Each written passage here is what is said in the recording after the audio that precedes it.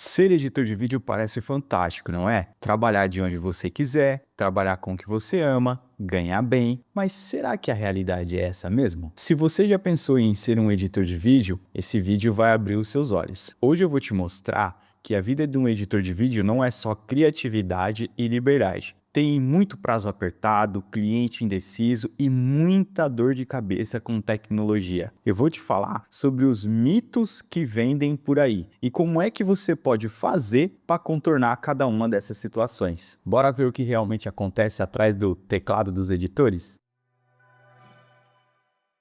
Eu sou o Jackson, sou editor de vídeo há pouco mais de 3 anos e eu criei esse canal aqui para ajudar você, editor, trazer um pouco da minha experiência e compartilhar também os conhecimentos que eu adquiri ao longo desse tempo. Então vamos aí pro primeiro mito que a galera vende, que é você vai ter liberdade, trabalhar com a sua criatividade e ganhar muito dinheiro em pouco tempo. Vamos ser realistas. Você acha mesmo que você vai pegar um computador de 5, 6, 10 mil reais e vai trabalhar na praia?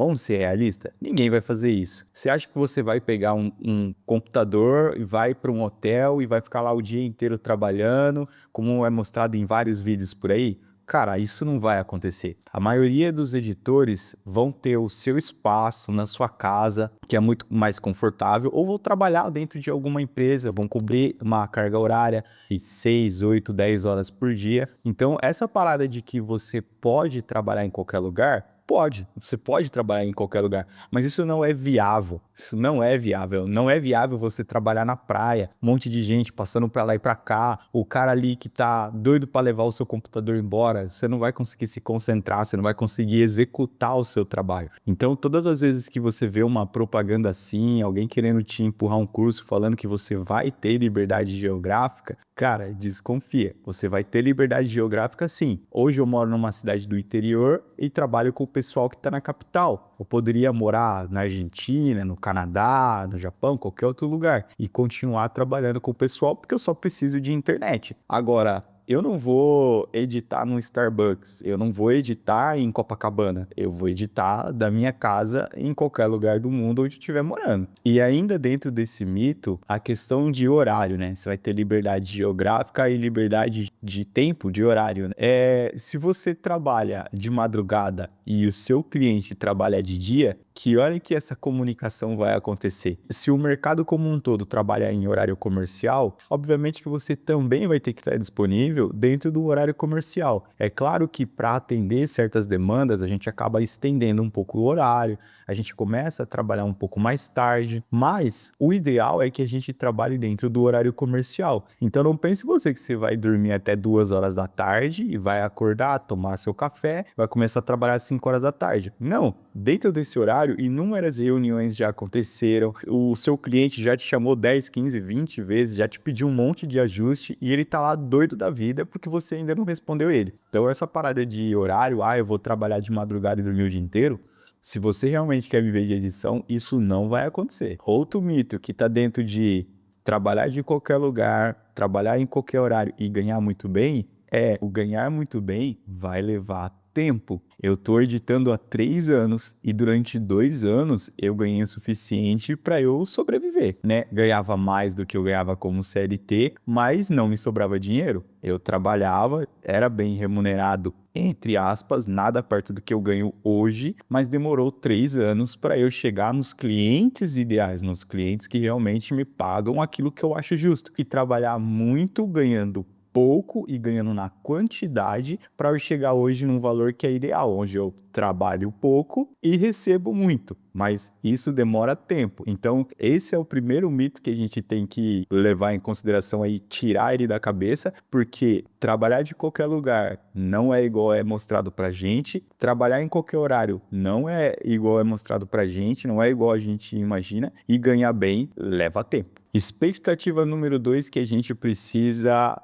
acabar com ela. Qualquer trabalho vai ser criativo e divertido. Isso não vai acontecer. Entenda que o seu cliente está pagando por um vídeo e ele quer o vídeo do jeito que ele imaginou. Não é do jeito que você imaginou. Você não está fazendo um vídeo para você. Você está fazendo um vídeo para o cliente do seu cliente. E o seu cliente é que conhece o público dele. Então, você vai ter liberdade criativa apenas em decidir qual é a imagem que vai entrar ou não, qual é a trilha sonora que vai entrar ou não. Isso quando você já não recebe um briefing ali, quando você já não recebe um roteiro que já tem as imagens pré-definidas. Então, essa conversa de que você vai ter liberdade criativa, isso só existe no papel, isso só existe na teoria. Eu edito muito vídeo para o YouTube e eu edito muito criativo. Ultimamente eu estou editando muito criativo. E todos eles eu já tenho uma identidade visual pré-definida, eu já tenho um roteiro que chega na minha mão, um briefing que chega aqui para mim, e eu tenho que seguir o passo a passo. O meu cliente não me dá liberdade total. Ele me dá uma liberdade parcial. Olha, escolha isso,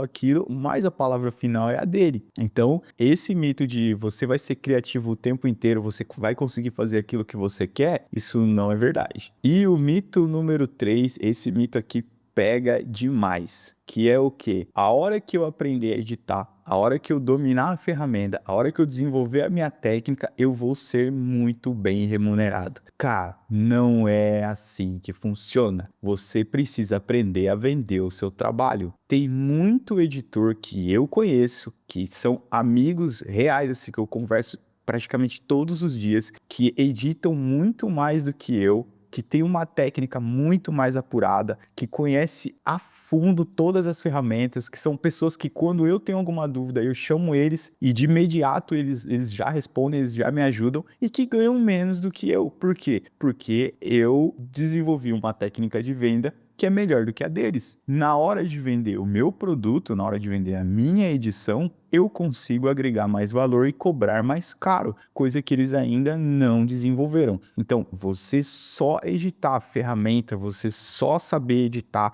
você se aprofundar cada vez mais na sua técnica, não vai fazer você ganhar mais dinheiro. Esquece isso. Você precisa saber sim o suficiente para entregar um trabalho de boa qualidade, mas você precisa aprender a vender. Porque se você não souber vender, no final do mês, você não vai ter nada para editar, porque você não vendeu nada para ninguém. E já comenta aqui embaixo para mim qual desses mitos aí você acreditava e que você agora abriu os olhos. E se você tem algum outro mito que você acredita ou alguma dúvida que você não sabe se é verdade ou não, já comenta aqui embaixo que eu vou tentar te ajudar. Se não for nos comentários, talvez eu grave um vídeo, ou se você quiser me chamar lá no Instagram e conversar comigo, o link também tá aqui na descrição.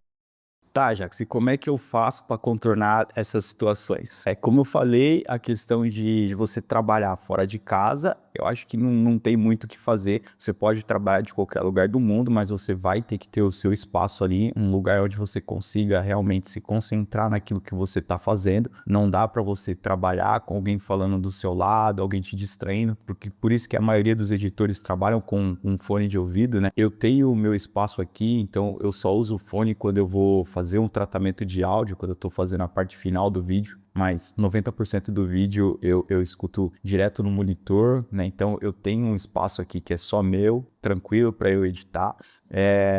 Outra coisa que você precisa, a questão de horário, você precisa saber gerenciar muito bem os clientes que você tem. Então, você precisa determinar horários, você não pode atender um cliente 10, 11 horas da noite, 1 hora da manhã, 2 horas da manhã. Já teve cliente que me mandou mensagem num sábado, 10 horas da noite, perguntando se eu ia virar à noite editando, porque ele estava acostumado com isso. E eu não respondi ele na segunda-feira, falei, olha, sábado à noite eu tava dormindo, domingo você sabe que eu não trabalho, então, cara, eu tô te respondendo agora, o que é que você precisa? Então você precisa saber gerenciar muito bem isso, deixar isso muito claro antes de fechar o trabalho, qual que é o horário que você trabalha, o horário que o seu cliente pode falar com você. Claro que existem algumas exceções. Se o seu cliente está fazendo um lançamento, você vai editar uma CPL, que é o vídeo, né? É o resumo da live que ele está fazendo. Essa live vai sair, sei lá, 10 horas da noite. Você vai conversar com ele e já acordar isso antes, né?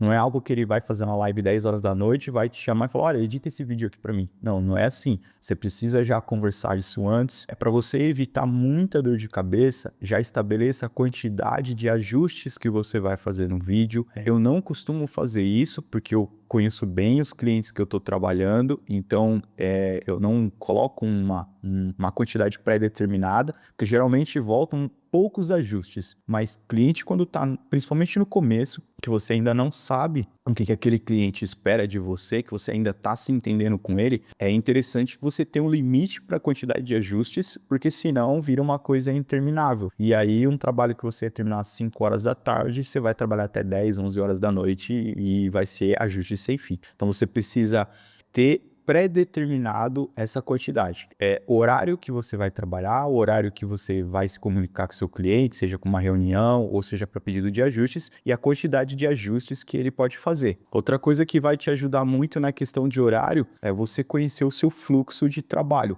Como é que você faz a edição? Quando é que o seu cliente te envia o material? Como que esse material chega para você? Como é que você organiza esse material? Como é que você organiza a sua timeline? Como é que você faz o seu processo de edição? Você precisa ter isso muito bem definido, porque você vai fazendo passo a passo e você sabe mais ou menos a quantidade de tempo que você vai usar para fazer aquele trabalho. Então você consegue, vou começar a trabalhar às 10 horas da manhã e eu sei que 2 horas da tarde eu já encerrei o meu fluxo de trabalho, tá tranquilo. Se você não tem isso pré-determinado, se um dia você faz de um jeito, outro dia você faz de outro, o seu cliente te manda material na segunda-feira, 10 horas da manhã, na outra semana ele te manda na terça, 5 horas da tarde, você nunca vai conseguir se organizar. Então, faz parte do seu trabalho essa organização e isso precisa ser muito definido com os seus clientes para que você não tenha dor de cabeça com relação a prazos e horário que você vai estar trabalhando, que você vai estar ali sentado na frente do computador. E como é que você vai contornar o terceiro mito, que é aprendi a editar, agora eu vou ganhar bem? Tá, isso a gente já sabe que não é bem assim. Então o que você vai fazer é começar a construir uma carreira sólida. Como é que você faz isso?